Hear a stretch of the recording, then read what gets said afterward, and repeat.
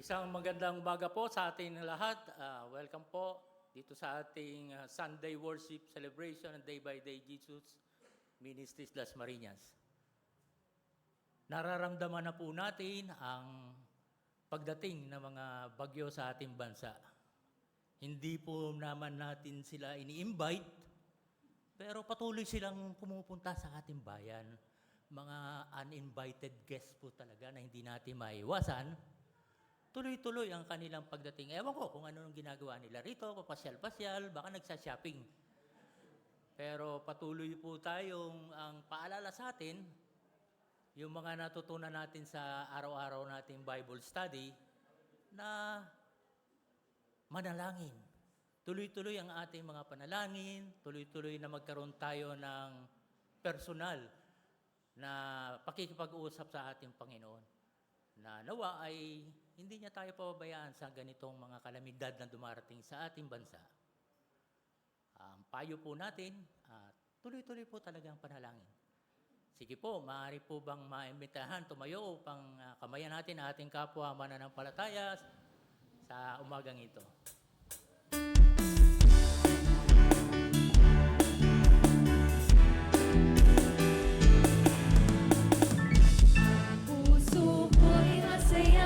Kasama ko kayo, sa Diyos umiibig. Puso ko'y masaya pagkasama ko kayo, sa Diyos umiibig. Kahit inang pagmasdan ang ganyang panawin, na Diyos ang pinupuri natin, o ako'y masaya pagkasama ko kayo. Tanging sa Diyos ay umiibig. Puso ko'y masaya pagkasama ko kayo, sa Diyos umiibig. Puso ko'y masaya pagkasama ko kayo, sa Diyos umiibig. Kahit ang pagmasdan ang kanyang panawin, na Diyos ang pinupuri natin, o ako'y masaya pagkasama ko kayo. Tanging sa Diyos ay umiibig. O kahit ang pagmasdan ang kanyang panawin, na Diyos ang pinupuri natin, o ako'y masaya pagkasama ko kayo. Tanging sa Diyos, tanging sa Diyos, tanging sa Diyos ay umiibig. Sige po, tayo po ay manalangin. Aming Diyos na makapangyarihan sa lahat, salamat po sa buhay na pinagkaloob mo. Salamat po sa patuloy mong pagdinig sa aming mga panalangin, na kami po ay ingatan mo sa aming mga pagbabiyahe. Patungo po rito sa aming Panambahan Day by Day Jesus Ministries. Nakarating kami ng mapayapa, ligtas sa anumang kapahamakan. Tunay nga po na hindi mo kami pinababayaan. Kaya po mamaya sa aming paglisan, gayon din po na pag-iingat ang ibibigay mo sa amin. Napakabuti mo talaga sa amin, hindi mo kami pinababayaan. Thank you, Lord, for all the things that you have done in our life. Though we are sinner and have fallen short many times, we are grateful for your mercy, love, and forgiveness.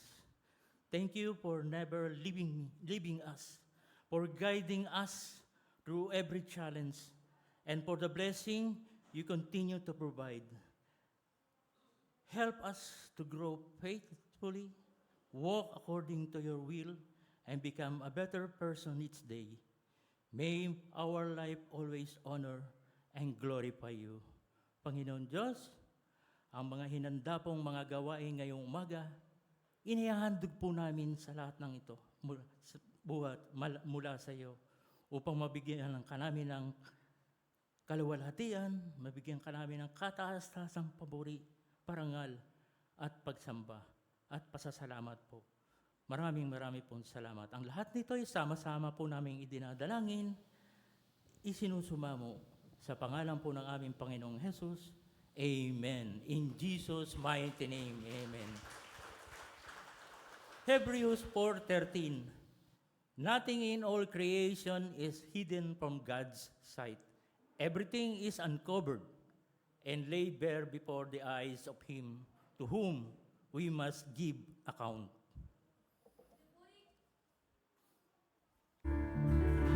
Pinupuri ka po namin, O Diyos.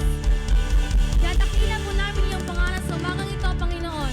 Tanggapin niyo po ang aming mga awitin. Naalay po namin sa inyo, aming Diyos na buhay.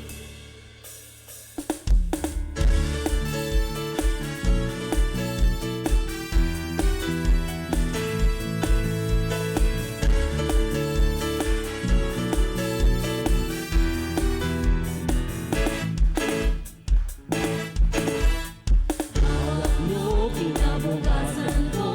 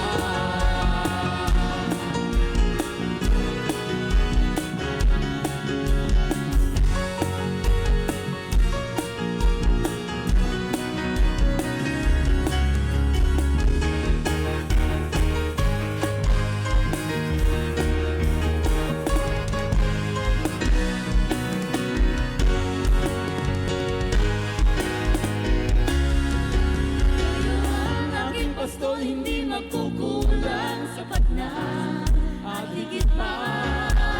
Biyaya ni'y sagana at umaapaw, sapat na at higit pa.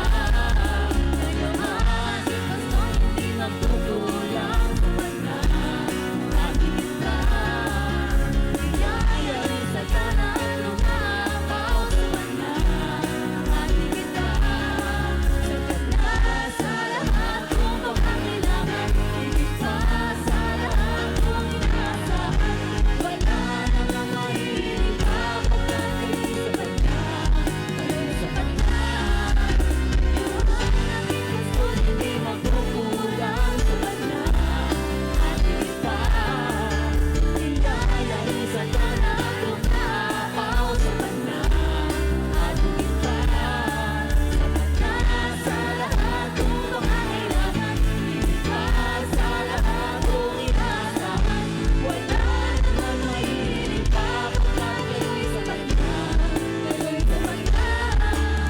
Wala namang mahihiling pa pagkat kayo'y sapat na, kayo'y sapat na.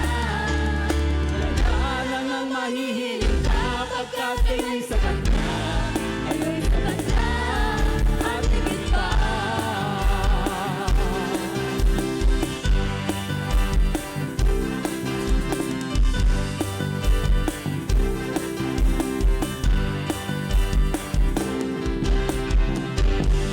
Hallelujah! We lift your name, O Lord. You are worthy of our praise, Jesus. Ang pag-ibig niyo ay tapat at wagas sa bawat isa. Hallelujah.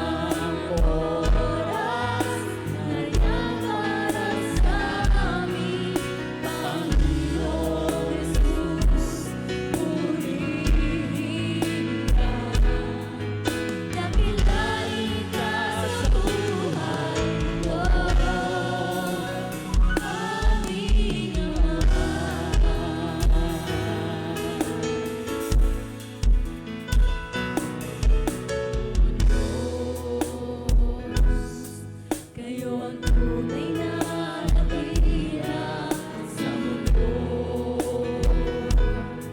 Kayo ang haring nagmahal ng tulad ko.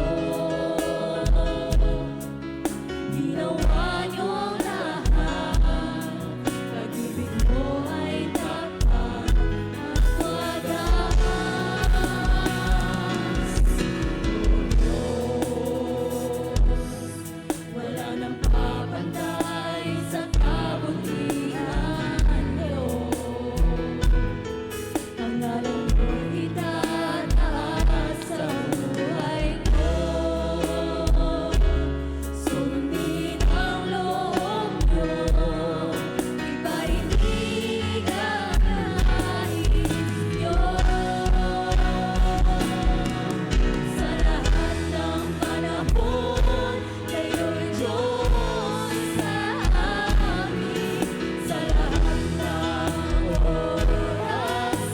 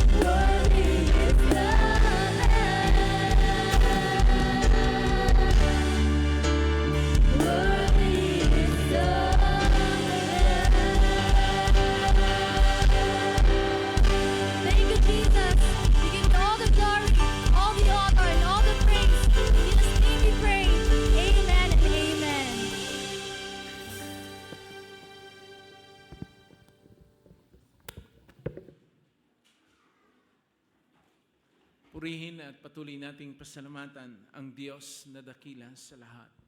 Unahin ang dapat unahin. Yan po ang mensahe na ating po ngayong pagbubulayan. Aming Diyos, aming Panginoon, nagpupuri kami at nagpapasalamat sa pagkakataong ito na ibinigay niyo sa amin sa kalayaang sumamba, magpuri, maghandog ng aming sarili. Hindi man po karapat-dapat. Kami po ngayon ay nagpapakumbabang lumalapit sa inyo at humihingi ng kapatawaran sa lahat po ng aming mga pagkukulang, pagkakamali, pagkakasala. Pakalinisin niyo po ang aming puso ngayon, Panginoon, ang inyong banal na dugo. Kapagkat alam namin, Panginoon, ang kasalanan ng siyang napakalaking hadlang para hindi po namin marinig ang inyong tinig, ang inyong pangungusap, at lalo pong hindi po namin mararanasan ang inyong pagpapala. Kaya, Panginoon, patuloy niyo pong ihanda ang aming puso ngayon at sa pakikinig namin ng inyong mga salita, lalo pong tumibay at lalo pong tumaas ang antas ng aming paniniwala at pananampalataya sa inyo, Panginoong Jesus. Lukuban niyo po ng inyong kapangyarihan, ng inyong banal na dugo ang lugar na ito at kayo po ang siyang maluwalhati. Ito po ang aming dalangin sa pangalan ng Panginoong Jesus. Amen. Haggai 1:5 and verse 9. Now this is what the Lord Almighty says. Give careful thought to your ways. You expected much, but see, it turned out to be little. What you brought home, I blew away. Why? Declares the Lord Almighty. Because of my house, which remains a ruin, while each of you is busy with your own house. Ang konteksto po ng ating binasang talatang ito, in 520 BC, God's word comes through Prophet Haggai to Governor Zerubbabel and High Priest Joshua. Ang mensahe ng Panginoon sa mga Israelita noon sa pamagitan po ng Propeta Haggai, makalipas po ang 70 taong pagkakabihag ng mga Israelita sa Babylonia, pinahintulutan sila ng Panginoon na bumalik sa Jerusalem upang muling itayo ang templo. Ito po ay katuparan ng Panginoon, ito po ay katuparan ng pangako ng Panginoon sa mga Israelita noon. Ezra 1:1-3, nung unang taon ng paghahari ni Cyrus sa Persia, tinupad ng Panginoon ang kanyang sinabi sa pamagitan ni Jeremias. Hinipo niya ang puso ni Cyrus para gumawa ng isang pahayag. Isulat ito at ipadala sa buo niyang kaharian. Ito ang mensahe ni Haring Cyrus ng Persia. Ibinigay sa akin ng Panginoon, ang Diyos ng kalangitan, ang lahat ng kaharian dito sa mundo. At ipinagkatiwala niya sa akin ang pagpapatayo ng templo para sa kanya roon sa Jerusalem na sakop ng Huda. Kayong lahat ng mamamayan ng Diyos, bumalik na kayo sa Jerusalem at muli ninyong itayo roon ang templo ng Panginoon, ang Diyos ng Israel na nakatira sa lungsod na iyon, at samahan niya sana kayo. Ito ang ipinahayag ng hari noong kapanahunan na iyon. Pinayagan niya silang makauwi sa sariling bayan para itayong muli ang templo. Pero hindi nila sinunod ang utos bagkus kinalimutan nila ang bili na iyon. Dahil kinalimutan nila ang mabuting layunin ng Panginoon, ganito ang nangyari sa kanila. Haggai 1:5-7. Isipin ninyo ang mga nangyayari sa inyo. Marami ang inihasik ninyo, pero kakaunti ang inyong ani. May pagkain nga kayo, pero kulang. May inumin nga kayo, pero hindi rin sapat. May damit nga kayo, pero giniginaw pa rin kayo. At may tinanggap kayong sweldo, pero kulang pa rin. Kaya isipin ninyo ang nangyayari sa inyo, sabi ng Panginoon. Sapagkat nung nakabalik na po ang mga Israelita, after 70 years ng kanilang pagkakabihag, ang lahat ho sagana sila. At idiniklara na ng hari ng Persia na itatayo nila. Pero pagdating po doon sa lupaing kanilang pinuntahan sa Jerusalem, sa Huda, naging busy sila. Sapagkat marahil nanabik sila sa kanilang dating buhay. Nanabik sila sa kanilang dating kalagayan pagkagaling po doon sa pagkakabihag. Ano ba ang dahilan at nangyari ito sa kanila? Because they had put building their homes before the Lord's house, they prospered little. Sa halip na pagtulong-tulungan gawin ang bahay ng Panginoon, mas inuna po nila ang pagtatayo ng sarili nilang tahanan. Ito ang dahilan kung bakit kakaunti lamang ang naging kita nila, tubo at ani nila. Hagay 1:9, sinabi pa ng Panginoon, makapangyarihan, marami ang aning inaasahan ninyo, pero kakaunti lang ang naani ninyo. At sinira ko pa ito nang iuwi ninyo sa inyong bahay. Ginawa ko ito dahil wasak ang aking templo habang ang bawat isa sa inyo ay abalang-abala na gumagawa ng bahay ninyo. Ganun po ang nangyari. Ine-expect na maraming mga Israelita dahil matagal pong natiwangwang yung kanilang lupain, ine-expect nila na kapag sila'y nagtanim, sasagana at sasagana sila dahil mataba ang lupa. Ilang taon nilang hindi nasaka, ilang taon nilang hindi nataniman, pero baligtad ang kanilang inaasahan. Wala silang naanik. Meron man, kakaunti. Kakaunti na nga ang naiuwi nilang mga pagkain at ani. Pagdating ng bahay, isinambulat pa ito ng Panginoon dahil sa galit at hinanakit sa kanila. Pero sa kabila ng lahat ng ito, masasabing the preaching of Prophet Haggai to the Israelite proved successful. In reverence, the people obeyed and completed the construction of the temple. Haggai 1:13-15, then Haggai gave the Lord's message to the people, I will be with you. That is my promise. The Lord inspired everyone to work on the temple. Zerubbabel, the governor of Judah, Joshua the high priest, and all the people who had returned from the exile, they began working on the temple of the Lord Almighty their God.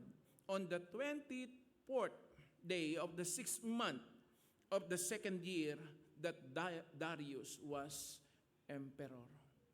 Hindi na po si Cyrus ang gobernador o hari ng Persya nung simulan muli ng mga Israelita, yun pong templong ipinapagawa sa kanila. Panahon-nahon ni Darius. Natapos na yung termo niya, pero ang sabi nga rito, pinalakas ng loob ng Panginoon ang mga Israelita at nagtulong-tulong sila na buuin ang templo ng ating Panginoon. Sa pagsasabuhay ng mga katuruang ito na ating pinagbubulayan, the temple of God is now the church. Ang tinutukoy na ngayon ng templo ay tayong mga kapatiran. Tayo na po, ikaw, ako, tayong lahat ang tinutukoy na templo ng Diyos. 1 Corinthians 3:16-17, surely you know that you are God's temple and that God's Spirit lives in you. God will destroy anyone who destroys God's temple, for God's temple is holy, and you yourselves are His temple. Sa Old Testament, ang tinutukoy po, physical temple structure, ang tinutukoy ni Prophet Haggai. Ngayon, spiritual ang pinagtutuunan. Tayo na ang templo ng Diyos. Hindi building, hindi po structure, kundi tayong lahat. Tayong naririto na tumanggap at nanalig at nanampalataya sa Panginoong Jesucristo ang pinananahanan ng Espiritu ng Panginoon. Kahit saan tayo magpunta, kasama natin ang Panginoon. Magmula nang tayo magpasya na tanggapin si Jesus, panampalatayan na ng kanyang mga salita, ang kanyang ginawa na siya'y Diyos at Panginoon, kahit saan ka magpunta, kasama natin ang Panginoon. At iyon ang dahilan kung bakit po ang tinutukoy ngayon ay tayo na.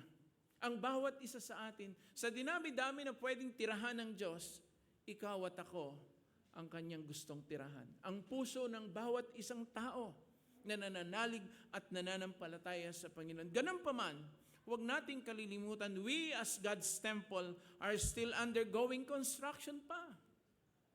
Patuloy pa pong pinapanday, kinukumpuni, inaayos at pinapagimbanal pa ng Panginoon ang templo niyang tirahang ito. Tayo yon. Hindi pa tapos. We are all under God's construction. Hindi pa tapos ang Panginoon sa patuloy na pag-aayos ng ating buhay, ng kanyang titirahan. Tayo rin may mga tirahan, tayo may mga bahay. Gusto natin maayos ang lahat. Parang pag tayo yata ang nagpagawa ng bahay ay walang katapusan. No? Kapapapintura pa lang, mukhang pangit yata ang pintura, papalitan ko yata ito. Di ba ho? Walang katapusan ang pag-aayos ng bahay. Ayos naman, okay naman, pero patuloy at patuloy natin. At ganun din po ang Panginoon, sapagkat may mga bagay pa po na hindi naaayos. Ephesians 2:20-22. Tulad ng isang gusali, kayo itinayo sa pundasyong inilagay ng mga apostol at mga propeta, na ang batong panulukan ay si Kristo Jesus. Sa pamamagitan niya, ang bawat bahagi ng gusali ay nagkakaugnay-ugnay at nagiging isang templo na nakatalaga sa Panginoon. Dahil din sa inyong pakikipag-isa sa Kanya, kayo man ay sama-samang itinatayo bilang tahanan ng Diyos sa pamamagitan ng Espiritu. So tayong lahat ang tinutukoy dito. Tayong lahat ay bahagi ng katawan ng ating Panginoong Hesus. Tulad ng ating katawan, may kanya-kanya siyang function. Hindi po pwedeng gawin ni mata ang trabaho ni tenga. Hindi po pwedeng gawin ni ilong ang trabaho ni mata. So para lahat tayo, meron tayong function.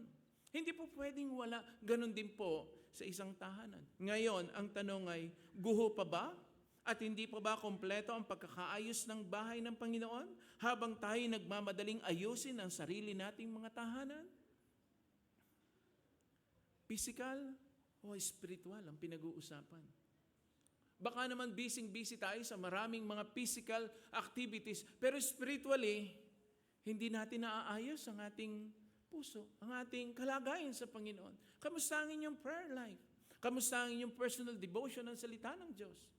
May oras ba tayo sa pagpapakain ng ating kaluluwa na siyang tirahan ng Espiritu Santo?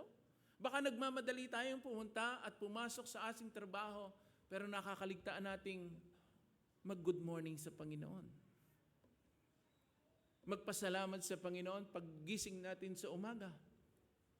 At pagtutulog sa gabi, baka nakalimutan na nating italaga sa Kanya at sabihin sa Kanya, "Good night, Lord, tulog muna po ako." Kamusta po? Kamusta ang ating spiritual na buhay, mga kapatid? The Lord's house, the church, does lie in ruins if we allow other things to keep us from doing our part to evangelize the lost. Maituturing na guho, wasak ang templo ng Panginoon kung hahayaan nating tayo'y maging abala sa mga pansariling bagay, pero hinahayaan nating mapahamak ang maraming tao dahil hindi po natin binabahagi na ng mabuting balita tungkol sa Panginoong Hesus ang mga taong iyon. Baka naman tayo busy sa maraming bagay, pero tandaan natin, meron pong ibinigay sa ating gawain ng Panginoon na dapat natin siyang ibahagi sa ibang tao. Ipakilala siya at maranasan din nila ang naranasan natin. The Lord's house, the church, does lie in ruins if we neglect to do our part in edifying the body of Christ. May tuturing na guho, wasak ang templo ng Panginoon kung pinapabayaan natin na gawin ang ating pong mga bahagi, tungkulin, responsibilidad sa kapatiran na sila ating alalayan, tulungan at palakasin. Mga kapatid, isama po natin lagi sa ating personal prayer na, Lord, gamitin niyo po yung aming muntipong lugar na Kana upang ang sino man lalaki at babae na makapunta roon ay makaranas ng kapahingahan. Hindi naman po masamang isama yon sa ating pananalangin. Ano ba ang layunin at niloob ng Diyos sa tayo magkaroon ng ganito? Para lang ba may masilungan tayo? Hindi po. Para magamit ang lugar na ito sa pagpapahayag ng kabutihan, pag-ibig, at kabaitan ng ating Panginoon. Maramdaman ng sino mang lalaki at babae na pupunta rito na totoong naririto nga ang Panginoon. Hindi po masabi nung isang tao, kasi meron po nagsabi ng ganito, sabi niya, "I want Christ but I don't want to be a Christian."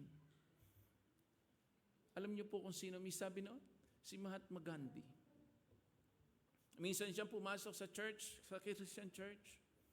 Paglabas niya, yun ang kanyang sinabi at nagtayo siya ng sarili niyang sekta at paniniwala. I want Christ, but I don't want to be a Christian. Sana po, mga kapatid, ipag-pray natin at lagi nating isama sa panalangin na ang munting silungang nating ito ay maging daan para ang maraming taong dadaan, pupunta rito, makaranas ng kapahingahan. Bakit po? Kasi nasa ating puso ang Panginoon. Ipinamumuhay natin ang kanyang mga salita. Sinusunod natin ang kanyang mga katuruan. Anuman ang ipinagkaloob ng ating Panginoong Hesus sa bawat isa sa atin, ito man ay spiritual gifts, material or financial blessings, kakayanan at pagkakataon, huwag kalilimutan na may pananagutan tayo sa pagtatayo at pagtatatag ng templo ng Panginoon ngayon. Hindi lamang po itong building, kundi tayo. Tayo pong mga naririto. Minsan nga po, nung anniversary natin nung hapon, natatandaan ko, meron pong isang kapatiran na nag-testify. Nagbigay siya ng Thanksgiving. Ang sabi niya, nung daw sila po ay nagpunta rito, siguro mga ilang panahon na silang pumupunta po dito at kinausap ko sila. At ang nabanggit po nung ating kapatid na yon ay gusto nilang magpahinga. Ang sabi ko sa kapatid na yon nung aking siya makausap at inulit niya nung anniversary, sabi ko sa kanya, sana po makapagpahinga kayo habang kayo'y naririto. At alam niyo, nung siya po'y nag-testify, sabi niya, mukhang napahabaho ata ang aming pahinga. Sapagkat nakakaramdam ba kayo ng kapahingahan sa tuwina nakasama ang kapatiran? At yun po ang reason at hangarin ng Panginoon sa sino mang lalaki at babae na lalapit sa Kanya. Kaya nga iniimbitahan niya na lumapit kayo, kayong lahat na napapagal at nabibigatan sa inyong pasanin at kayo'y pagpapahingahin ko. Nawa mga kapatid, tayong lahat ay maging kapahingahan ng bawat isang lalaki at babae na ating nakakasalamuha dito man o sa labas man ng bahay panambahang ito. Dahil tayo ay templo o extension ng templo ng Panginoon. Ang totoo, hindi tayo talaga ang tirahan ng Panginoon. Hindi naman tayo maging kabigatan at isumpain at sabihin nila, isinusumpa ko, hindi na ako babalik sa simbahang yan kahit kailan. No? Kundi, ang lagi nilang sasabihin, sana makabalik ako rito. Sana muli kong makadaupang palad ang mga kapatiran na nakasama ko minsan isang araw. Sapagkat sa pinto pa lang, ngiting-ngiti na kaagad ang ating mga ushers. Di ba? Yun po yun. Doon pa lang, mararamdaman mo na ikaw ay welcome. Na ikaw ay tanggap. Meron po kasing iba na pag pumasok sa isang fellowship, nung una lang ho masaya, nung pangalawa, pangatlo, apat, hindi na sila nakikita. Ganun niya ba ang templo ng Panginoon? Ganun niya ba sa fellowship ng Panginoon? Hindi po. Kundi tayong lahat, mga kapatid, ay bahagi nito.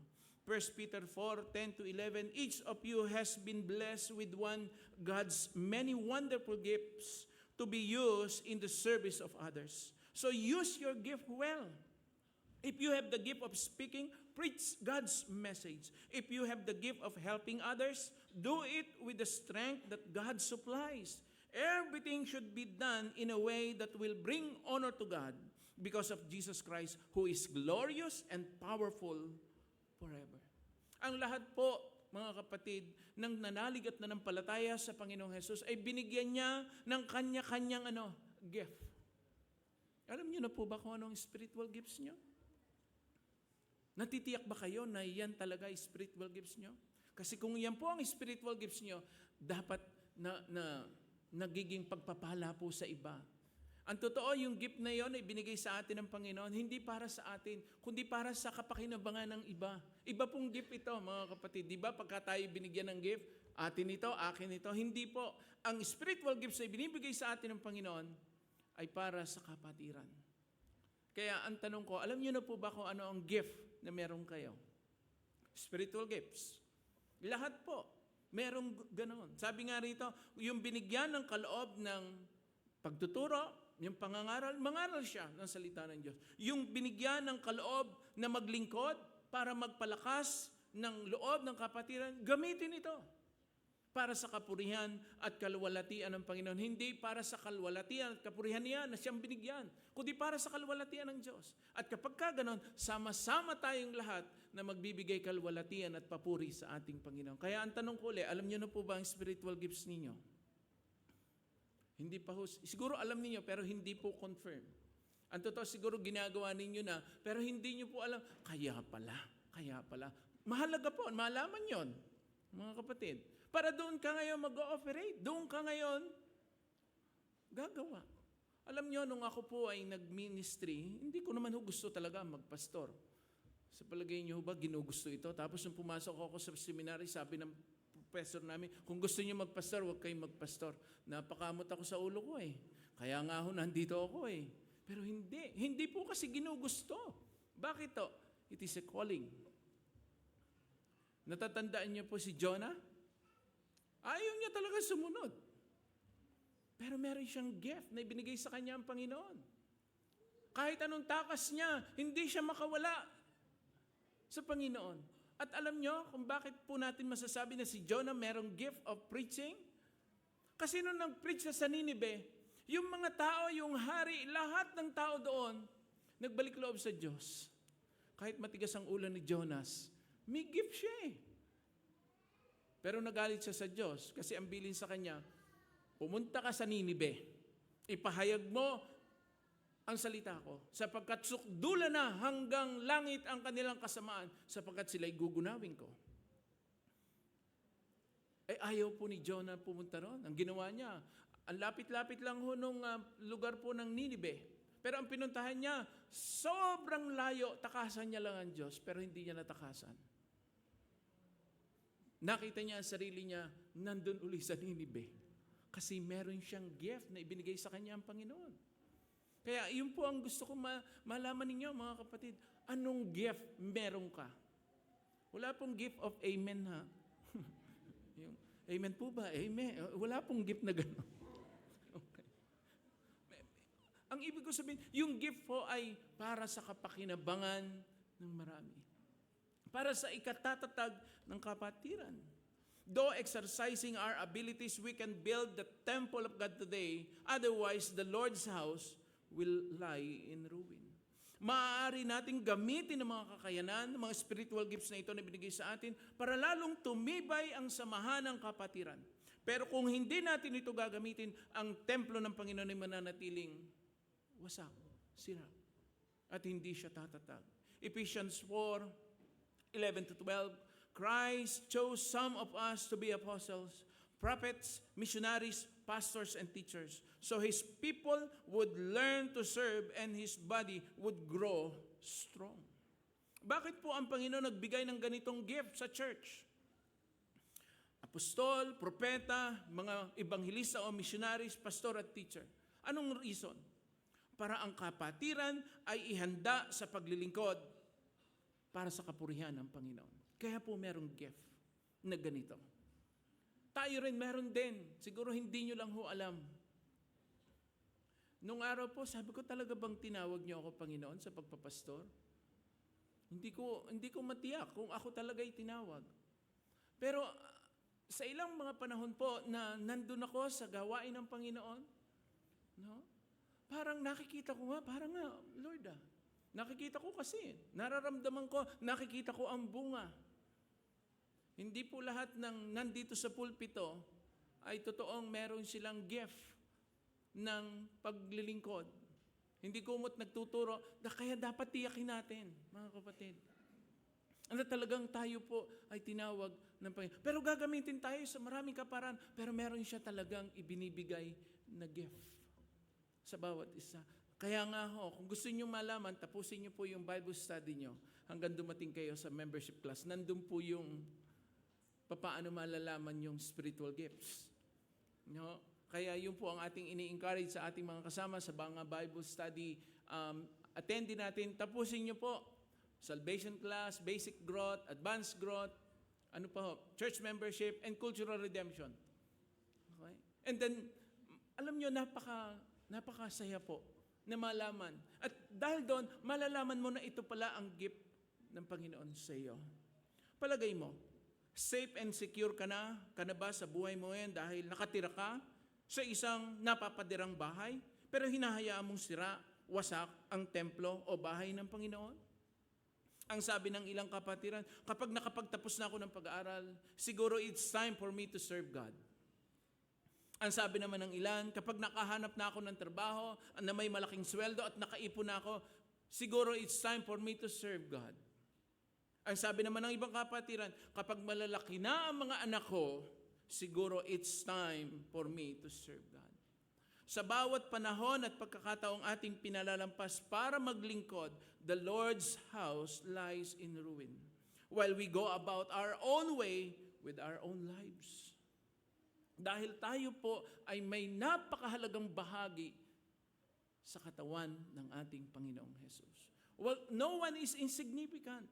Huwag mong isipin na, wala naman akong bahagi dyan. Hindi po. Meron. Alamin mo lang. May layunin ng Diyos kung bakit nakilala mo siya. Kung bakit niloob ng Diyos na naririto ka ngayon. Hindi po isang aksidente, mga kapatid. May layunin ng Diyos. May mabuting layunin ng Panginoon sa bawat isa sa atin. Noong panahon po ng propeta Hagay, ipinahayag po ng propeta sa mga naroroon ang sinabi ng Panginoon. Hagay 1:2, the Lord Almighty said to Haggai, "These people say that this is not the right time to rebuild the temple." Nung panahon pong ipinapahayag ng Panginoon na muli ninyong itayo ang templo, ang sabi po ng mga tao, sabi ng Panginoon, narinig ng Panginoon yung sinasabi ng maraming tao doon sa Israelite, hindi pa ito tamang panahon para itayo ang templo. Naalala ko po nung araw, nung itinatayo po natin itong lugar na ito, marami rin po nagsasabi doon na naririnig natin, hindi naman ho sa akin, pero marami nagsasabi nga, bakit tayo magtatayo ng ganitong lugar? Wala naman tayong pera, wala naman tayong kakayanan para makapagpatayo ng ganitong lugar. Sapagkat at that time po, nandun tayo sa Salitran. Pero bago pa ho tayo pumunta sa ganitong lugar, ito po'y panalangin na natin. Noon pa, nandun pa po tayo sa harap ng SM nung araw, na ipinagpe-pray natin yung Project Hana. Alam niyo po kung bakit po yun na nag-udyok sa akin na magkaroon ng ganito? Sapagkat tayo po'y nangungupahan. Ilang panahon tayo nangungupahan. At alam niyo kung magkano po ang bayad monthly? Hindi po birong pera. Malaki. At kung akin pong tutuusin, 5 to 6 M ang atin pong naibayad na upa sa loob ng panahon na tayo nangungupahan. Sa isang lugar pa lang. Ganun pong kalaki. Sabi ko, Lord, hindi po naman sayang. Pero bakit kung inyo po kaming pagkakatiwalaan at bibigyan ng pagkakataon na makapagpatayo, pagkalooban nyo kami ng lupa, pagkalooban nyo kami ng building, bakit hindi po ninyo kami payagan? Kasi yung aming iuupa, ipagpapatayo na lang namin. At bilang isang magulang na naririto, lahat tayo, gusto natin, meron tayong sariling bahay. Yung iba po na nandun sa kalagayang ganon, pero tayo gusto. Karamihan, majority. No? Majority po gusto natin meron tayong masisilungan. Kahit nga po ang Panginoon nagsabi sa kanyang mga anak, sa kanyang mga hinirang, pagtayo niyo ako ng templo, pwede naman silang sumamba sa ilang, pwede naman silang sumamba sa saan lugar. Pero sinasabi ng Panginoon, umuwi kayo sa Jerusalem, ipagtayo niyo ako ng templo. At tayo rin ay naghangad ng ganon. At niloob po ng Panginoon na ito nga. Pero take note mga kapatid, hindi po ito kung saan manggaling. Uulitin ko, para pa rin po tayo nangungupahan ngayon.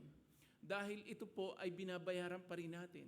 Yung lupa, yung building, binabayaran pa rin po natin ito. Pero ang kagandahan po nito, hindi na natin iiwan pa nang wala na tayong makikita pa sa susunod na panahon. Bakit to? Pag natapos po natin mabayaran nito, iiwan na natin to saan? Sa susunod na henerasyon. Sa mga susunod na kabataan. Nung po tayo umalis doon, anong nadala lang natin? Wala. Wala tayong nadala kahit ano. Yun pong may-ari po ng building na yun, tuwing pupunta po sa atin, pagka kukuha ng ating bayad, may dala pong isang cake. Isang cake. Kukunin niya at ibibigay natin yung 12 pirasong tseke for a year. Babayaran natin. Pupunduhan na lang. Hihingi tayo sa Panginoon ng pambayad. Yung isang cake na yon, sabi ko sa kapatirang inaabot na may dala ng cake, tikman nyo ang cake na yan. Huwag ang hindi. Do kayo ho'y tumataas ang inyong sugar, konti lang. Sapagkat yan na ho yata ang pinakamahal na cake sa balat ng lupa na aking nakita. 720,000 ang cake na yan. Tikman ninyo. Kapagkat yan lang ho naman ang pwede nating maranasan, dito, wala na. Kasi every year po ang bayad. Never tayong pinuntahan ng may-ari ng building at sinasabing, Pastor, hindi kayo nakakabayad. No. Ganong kabuti ang Diyos. Ganong kabait ang Panginoon. Siya po once a year lang. Pag kami pagawain, hindi niya iniintindi yun. Pag sinasabi ko, Pastor, wala kaming pera, ganun kabibigay pa lang naman natin ang kuwan. Kaya napakapalad. Ilang taon tayo lang? 8 taon.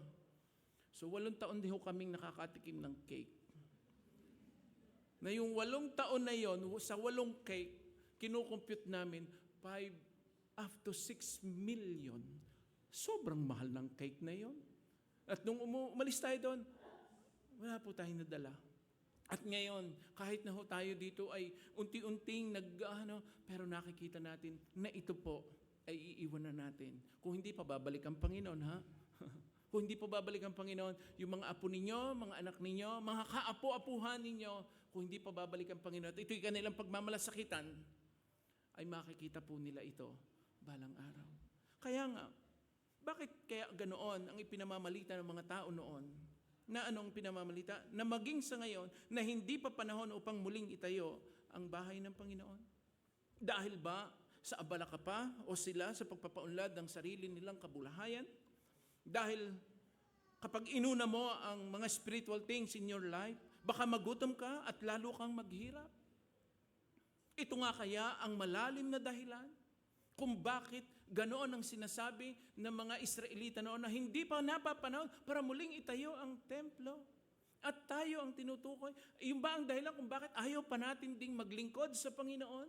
Dahil busy pa ako, marami pa akong ginagawa. Kaya ang sabi ng Panginoon through Prophet Haggai noon at naka-address sa atin ngayon, Haggai 1:5-7. Isipin ninyo ang nangyayari sa inyo. Marami ang inihesik ninyo, pero kakaunti ang inyong inani. May pagkain nga kayo, pero kulang. May inumin nga kayo, pero hindi pa rin sapat. May damit nga kayo, pero giniginaw pa rin kayo. At may tinatanggap kayong sweldo, pero kulang pa rin. Kaya isipin ninyo ang mga nangyayari sa inyo. Dahil sa pangyayaring ito, ang hamon sa atin ng Panginoon ngayon, Matthew 6:31-33, don't worry, and ask yourselves, will we have anything to eat? Will we have anything to drink? Will we have any clothes to wear? Only people who don't know God are always worrying about such things. Your Father in heaven knows you need all of this. But more than anything else, put God's work first and do what He wants. Then the other things will be yours as well. Anong sinasabi dito, mga kapatid? Naka-address na po ito sa atin ngayon. Na ang unahin natin, tayo ba'y nag-aalala?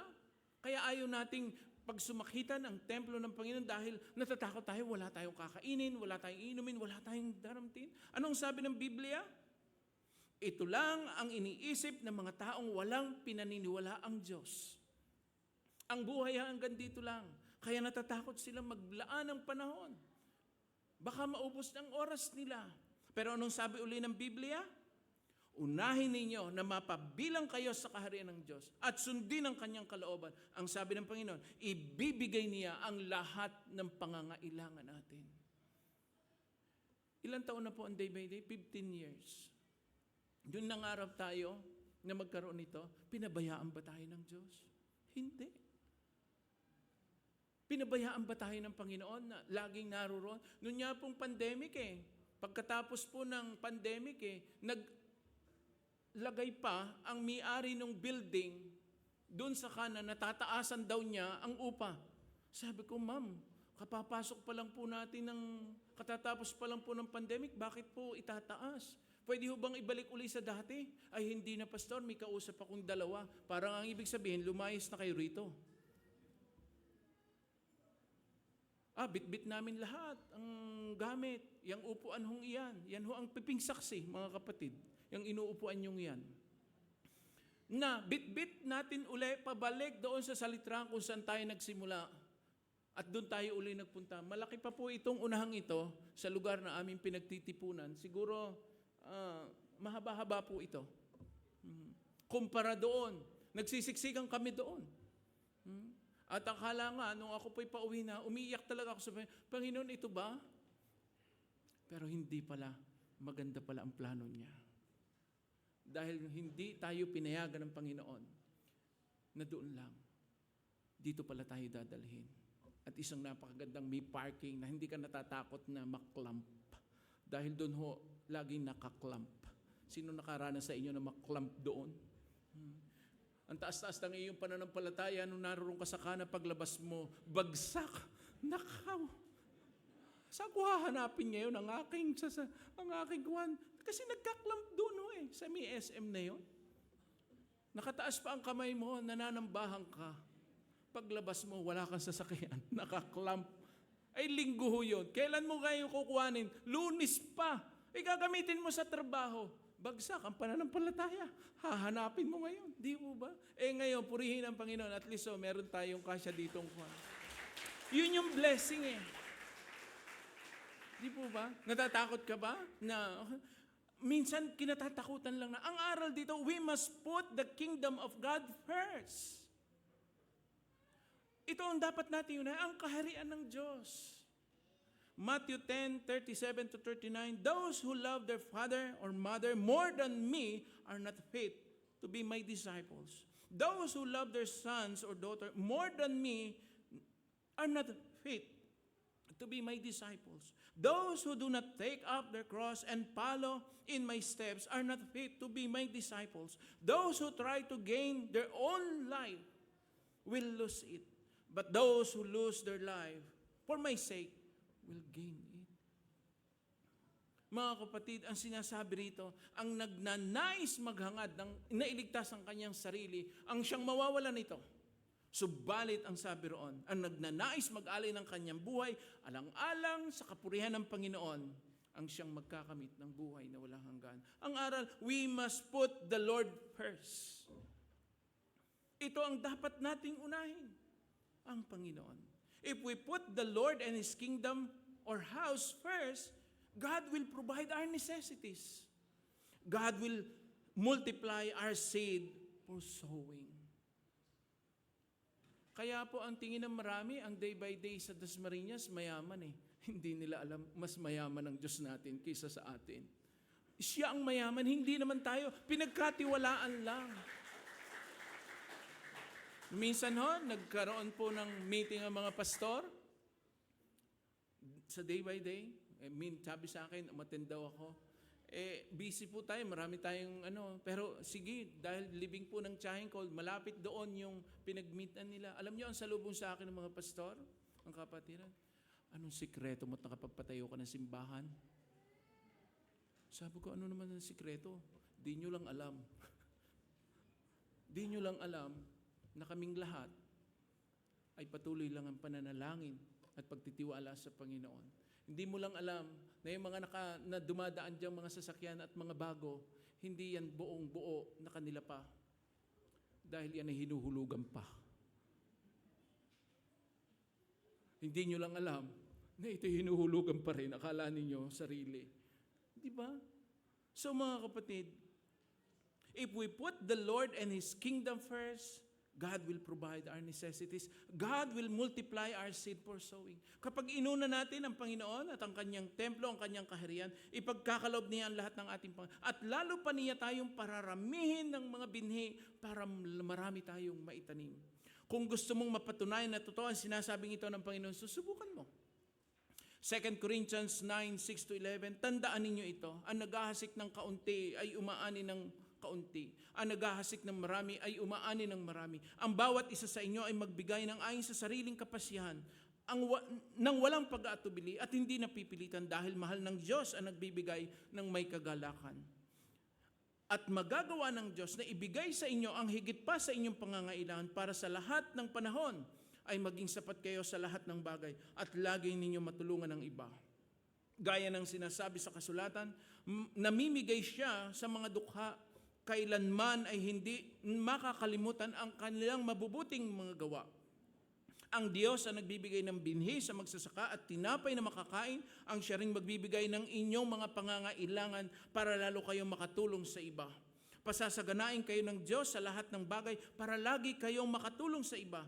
At marami ang magpapasalamat sa Diyos dahil sa tulong na ipinadala ninyo sa kanila sa pamamagitan namin. Pero kung hindi natin uunahin, sundin ang Panginoon at ang kanyang mga tagubilin, we won't have God's providence helping us. Hindi natin mararanasan na tayo'y tutulungan ng Panginoon kapag hindi natin inuna ang kanyang kalooban. Ang kanyang naisin, natakot tayo, mahina tayo, hindi tayo humingi ng lakas sa Panginoon. Lagi natin tandaan mga kapatid, basta't ito'y kalooban ng Diyos, bitbitin mo na yung Philippians 4:13. Hindi ka pababayaan ng Panginoon. Though mahirap, ano yung sinasabi ng Philippians 4:13? I can do all things through Christ who give me strength. Basta't alam mo na iyan ay kalooban ng Diyos, na iyan ay naisin ng Panginoon na gawin mo, bitbitin mo na yon. Kahit saan ka magpunta, matatapos mo yon. Haggai 1:9-11, umasa kayong aani na masagana, ngunit kayo'y nabigo. At ang kaunting ani na inuuwi ninyo sa akin ay akin pang isinambulat. Ginawa ko iyan sa inyo sapagkat abalang-abala kayo sa pagpapaganda ng inyong mga bahay, samantalang ang templo na aking tahanan ay pinababayaan ninyong wasak. Iyan ang dahilan kaya kahit hamog ay hindi kayo napapatakan at ang inyong mga pananim ay hindi lumalago. Matinding tagtuyot ang ipararanas ko sa buong lupain, sa mga kabukiran at kaburulan, sa mga inaning butil, sa mga bagong alak, sa lahat ng ani, sa lahat ng tao at ahayop, at sa lahat ng pinagpaguran ninyo. Ano ang sabi ng Panginoon kapag hindi sinunod? Tagtuyot, taggutom. Mga kapatid, kung ang ating mga magulang ay nagdidisiplina sa mga pasaway na anak, ganon din ang ating Panginoon, siya'y namamalo rin kapag hindi natin sinunod. Bakit to? Alam na ng Panginoon ang makabubuti para sa atin. So mga kapatid, huwag tayong sasama ang loob kapag tayo'y pinaaalalahanan. Ang layunin ng disiplina ay para maituwid ang maling pag-iisip, pag-uugali at gawi. Ito'y hindi parusa, bagamat may kaakibat na sakit. Subalit ito'y tanda ng tunay na pagmamahal. Kung tayo man ay nakakaranas ng pagsubok sa buhay, baka may itinuturo lang sa atin ng Panginoon. The word chastens or discipline means the whole training and education of children. Sa mga nakakatanda, ang disiplina ay pagpapalago ng kaluluwa sa pamamagitan ng pagtutuwid ng mga pagkakamali at pagpipigil sa mga damdamin. Ang disiplina ay isang uri ng pagtuturo na naglalayong mapataas palalo ang mabuting katangian ng isang tao. Si Pacquiao po, sa tuwing siya daw po ay lalaban, ng 12 rounds bout niya. Alam niyo kung gaano katagal po ang kanyang sparring? 36 rounds. Ganon, walang tigil daw po yon sa kanyang pakikipag-sparring. Kaya yun hong 12 rounds niya, may reserve pa siyang 24 rounds. Kaya pa niyang makipagkwentuhan after ng kanyang. Kay matalo man siya, kay hindi, malakas pa rin yung katawan niya. Bakit to? Dinisiplina niya ang kanyang sarili. Higit doon sa inaasahan sa kanya. So mga kapatid, kapag hindi natin inuna na sundin ang Panginoon at ang kanyang mga tagubilin, ipapadama niya ang pagmamahal sa atin sa pamamagitan ng disiplina. Though masakit po yun. Hindi po madali ang palo. Masakit. Kahit ako. Kung kilala nyo lang ako po'y matigas din ang ulo. Pero alam nyo, yung palo, hindi ko nakakalimutan dahil napalo talaga ako ng tatay ko. At marami sa atin ay ganun din. Hebrews 12:10-11, our human fathers correct us for a short time, and they do it as they think best. But God correct us for our own good, because He want us to be holy as He is. It is never fun to be corrected. In fact, at the time, it is always painful. But if we learn to obey by being corrected, we will do right and live at peace. Hindi tayo natutuwa pag tayo pinapalo. Ang totoo, naghihinagpis tayo. Pero sa bandang huli, ang sabi ng Biblia, makapamumuhay tayo ng payapa at matuwid sapagkat natapos natin yung test. Ang sabi, kapag inuna natin at sundin ang tagubilin ng Panginoon, ito ang kanyang sasabihin sa atin. Matthew 25:21, "Well done, you good and faithful servant," said his master. "You have been faithful in managing small amounts, so I will put you in charge of large amount. Come on in and share my happiness." Anong sabi roon? Kapag tayo daw po ay humarap sa Panginoon at natupad natin ating gawain, anong sasabihin sa atin ng Panginoon? Magaling. Mahusay kang alipin. Ang sabi niya rito, tapat kang alipin. Pero take note mga kapatid, dahil naging tapat ka, sabi roon, sa kaunti, pamamahalain kita sa malaki. Alam niyo po ba mga kapatid, na kung ano ang ating sinasabi ngayong meron tayo, kakaunti pa yan? Yung sinasabi natin, meron tayo ngayon na pinagkatiwala ng Panginoon, higit pa riyan ang pwedeng ibigay ng Panginoon sa iyo. Bakit ito? Ang napapagkatiwalaan sa maliit, pagkakatiwalaan sa malaki. Higit pa po, sa kung anong meron tayong sinasabi ngayon, na parang pwede na natin ipagmalaki, higit pa riyan ang pwedeng ibigay ng ating Panginoon. Kayang-kaya niyang ibigay yon, pero sinusubukan ka lang niya ngayon. Kung paniniwalaan mo yon, sasabihin ng Panginoon sa iyo, "Good and faithful servant. You have been trusted in managing small amount. You have been faithful in managing a small amount. So I will put you in charge of large amount." Huwag niyo pong malakihin ang meron kayo ngayon. Higit pa riyan ang kayang ibigay ng Diyos. Mas marami pa diyan ang kayang ibigay ng Panginoon. Basta maites na. Unahin lang natin ang ating dapat unahin. Dahil ang Diyos ay mayaman higit sa anuman ang ating mga iniisip. Aming Diyos na makapangyarihan sa lahat, pinupuri po namin kayo at pinasasalamatan sa oras na ito. Salamat po dahil kayo ay mabuti. Salamat po, Panginoon, dahil patuloy ang pagtuturo niyo sa amin. Alam po ninyo, Panginoon, ang makakabuti sa amin, higit sa aming inaakala. Kung inaakala po namin, Panginoon, na ito na po yung aming rurok ng tagumpay, higit pa rito ang kaya niyong ibigay. Kung kami po ay patuloy na magtatapat sa inyo at uunahin namin ang inyong kaharian at ang inyong kalooban. Huwag nawa kami, Panginoon, laging maging parang nasa safe place at nangangamba na baka kami kulangin kung kami maglilingkod sa inyo. Kung kami mag-aalay sa inyo, kung kami maghahandog sa inyo, laging-laging namin naiisip na paano kami, paano mga anak namin. Lord, pinatunayan nyo na ito sa maraming tao. At ngayon, ay hinahamon nyo ang bawat isa sa amin na unahin namin ang dapat unahin. At ibibigay nyo sa amin ang higit sa aming inaasahan. Higit sa aming pinaplano pa at pinapangarap sa buhay. Panginoon, mangusap kayo sa amin. Kayo po ang magkumpleto ng mga aral na ito na amin ngayong pinagbulay-bulayan. Ito po ang aming dalangin sa pangalan ng Panginoong Jesus. Amen.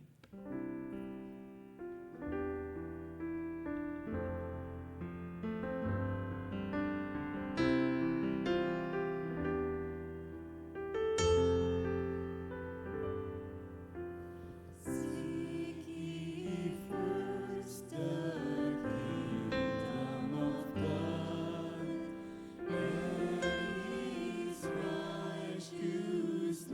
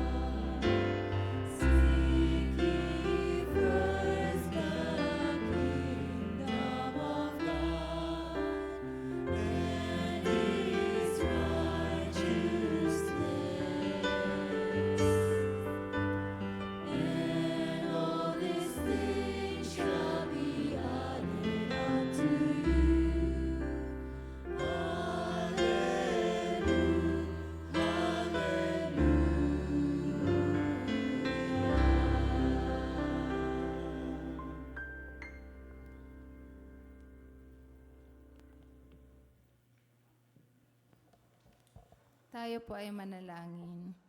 Panginoon, nagpapasalamat po kami at nakarating kami ng malalhati sa lugar na ito upang sama-samang makapagbigay ng papuri at pasasalamat. Salamat po sa mensaheng aming napakinggan. Nawa ito'y aming maisabuhay at maibahagi sa mga taong aming makakasalamuha, lalo na sa mga taong hindi pa nakakakilala sa inyo. Nagpapasalamat po kami, Panginoon, sa lahat ng provision nyo, sa pagpapalang aming natanggap nitong nagdaang buong isang linggo. At bilang bahagi ng aming pasasalamat at pagsamba sa inyo sa umagang ito, tanggapin niyo po ang aming mga ikapo at handog. Tanggapin niyo po ito, Panginoon, at pagpalain upang ito'y magamit para sa ikalalaganap ng inyong banal na salita. Maraming salamat po. Ito po'y aming dalangin at hinihiling sa pangalan ng Panginoong Jesus. Amen.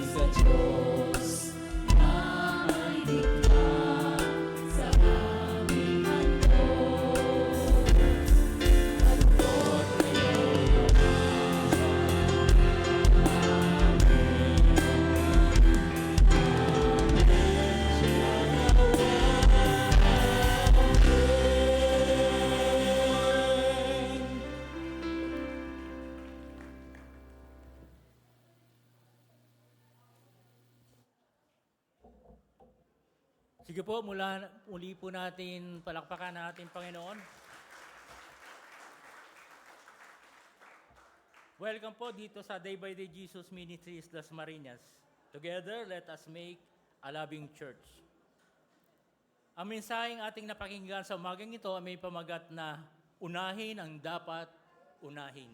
Binahagi sa atin ating mabuting pastor, Lawrence Sarmiento. Muli, maaari po nating palakpakan ang ating Panginoon. Tunay nga po na kasama-sama natin ang Panginoon. Dinulog niya ang lahat ng ating mga panalangin, lahat ng ating mga sinasamo sa Kanya. Hindi niya tayo iniwan, 15 taon na natin siyang kasama. Ito po, ang patunay, binigyan niya tayo ng ating panambahan. Sa pagkakataon ito, meron po bang first time attendee na ngayon lang po natin nakasama sa ating panambahan? Maaari po bang tumayo upang ating makilala? Ayun, thank you po, kuya, ate. Welcome po. Kami po ay nagagalak na makita at makasama kayo. Ang ating po mga usher ay may iabot na papel para kayo po ay muling makilala. Kung maaari po, ito ay inyong sagutan at ibalik sa kanila bago po kayo umalis. Sa ating pong regular na nananambahan, kasama natin, faithfully. Thank you po sa inyong pagdalo. We also encourage everyone to stay connected with the kapatiran through fellowship before and after our service. Patuloy po natin kinilanin ang bawat isa. You can also learn about and join different ministries in our church. Kung maaari po kayo ay maglingkod sa ating Panginoon. Our usher Ushers will gladly assist you para po sa mga karagdagang impormasyon sa mga gawaing ito. Worship celebration every Sunday. Tayo po ay sama-sama sumamba at magpuri sa Diyos sa Kana Worship Hall at 10 o'clock ng morning. Ang gawain ito ay napapanood din ng live sa ating Facebook page, Day by Day Dasmariñas, at ang replay ay mapapanood din sa ating YouTube account at Day by Day Dasmariñas.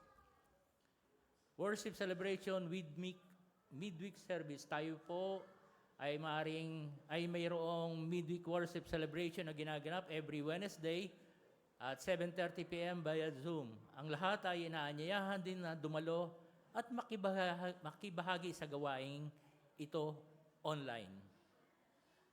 Muli, kayo po ay inaanyayahan na sa ating Sunday School ay ginaganap every Sunday at 9. Adult Sunday School. Dito po sa ating worship hall. Ang mga programang educational nito ay tumatalakay sa mga sumusunod na topics: salvation, basic growth, advanced growth, church membership, at cultural redemption. Join us in discovering God's Word. Just approach Ate Joy Salazar.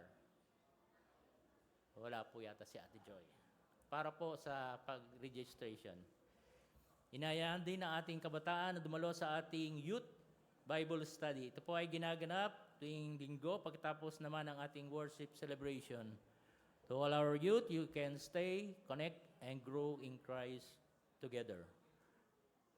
Inaanyahan po muli ang ating kapatiran sa ating virtual Bible study so we can grow in God's Word whatever we are. Ito po ang ating mga schedule.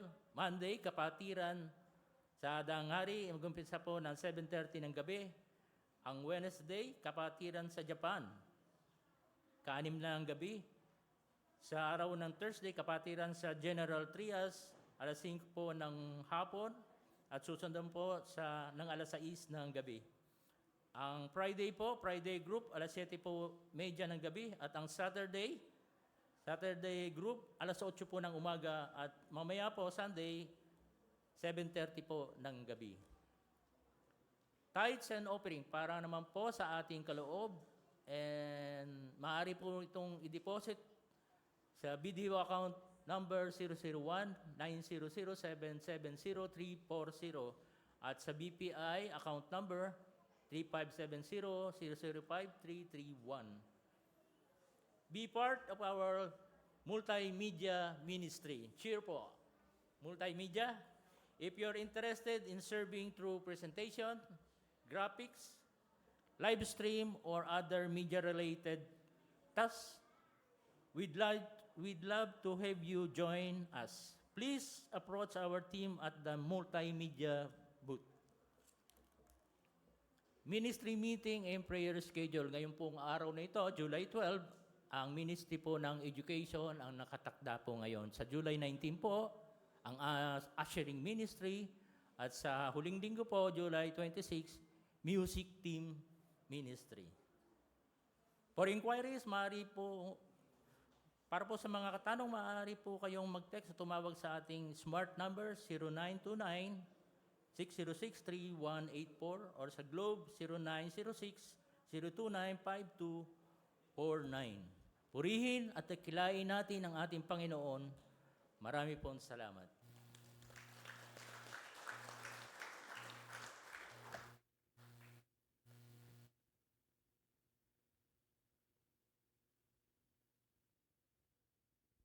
Tumayo po tayong lahat, tayo magwakas sa panalangin. Aming Diyos na makapangyarihan sa lahat. Nagpupuri kami at nagpapasalamat sa inyo sapagkat muli, niloob nyo kaming lahat ay magkasama-sama para kayo ay sambahin sa Espiritu at katotohanan. Sa aming pong karanasan na naranasan ngayon at sa patuloy na pagtuturo nyo sa aming lahat. Nawa, Panginoon, patuloy nyo pong itanim sa matabang bahagi ng aming puso ang mga aral, mga turo, ang aming mga awitin, ang mga aming inialay sa inyo, Panginoon, at inihandog. Nawa ang lahat ng ito ay makapagbigay papuri at pasasalamat sa inyo. At sa mga salita, Panginoon, na nahayag sa aming puso ngayon, Patuloy na kayo po ang mapapurihan at kayo po ang mapasalamatan. Sa pagtayo pong ito ng inyo pong mga anak sa inyong harapan, ay kanila pong hinihiling na inyo silang pagpalain. Gabayan, ingatan at lukuban ang inyong kapangyarihan at ng inyong banal na dugo. Ilayo niyo po ang aming mga kapatid na ito sa anumang sakit at karamdaman, anumang kapahamakan, at anumang pong pagsubok ang kanilang pinagdadaanan, pangunahan niyo po sila. Dinggin niyo po ang kanilang mga panalangin, ang kanilang mga pagsusumamo, at ang kanilang mga pangarap na nakapagbibigay papuri at pagluwalhati sa inyo. Panginoon, ang inyong kalooban ang siyang maganap. At sa pagtayo rin po ng inyong pong mga anak na ito sa inyong harapan, sila man po, Panginoon, ay nagre-representa sa kanilang mga pamilya, sa kanilang mga mahal sa buhay. Hindi man po nila kapiling ngayon. Dalangin ko, aming Diyos, ang inyong patuloy na pagpapala na ibinubuhos sa bawat isa sa amin, ang siya po nawang mag-umapaw sa aming buhay at dumaloy din po ito sa aming mga mahal sa buhay saan man sila naroon. Nawa, Panginoon, ang kabutihan, ang inyong katapatan, ang inyong kabanalan, at ang inyong kabutihan at kagandahang loob, ang lagi po nawang sumaamin. Mula ngayon, hanggang sa muli naming pagkikita sa lugar na ito ng sama-sama para kayo ay sambahin sa Espiritu at katotohanan. Mula po sa inyong mahabaging trono ng inyong awa at habag, gabayan niyo kami at pagpalain at ihatid ng ligtas at payapa sa aming mga uuwian. Ito po ang aming dalangin sa pangalan ng Panginoong Hesus. Amen.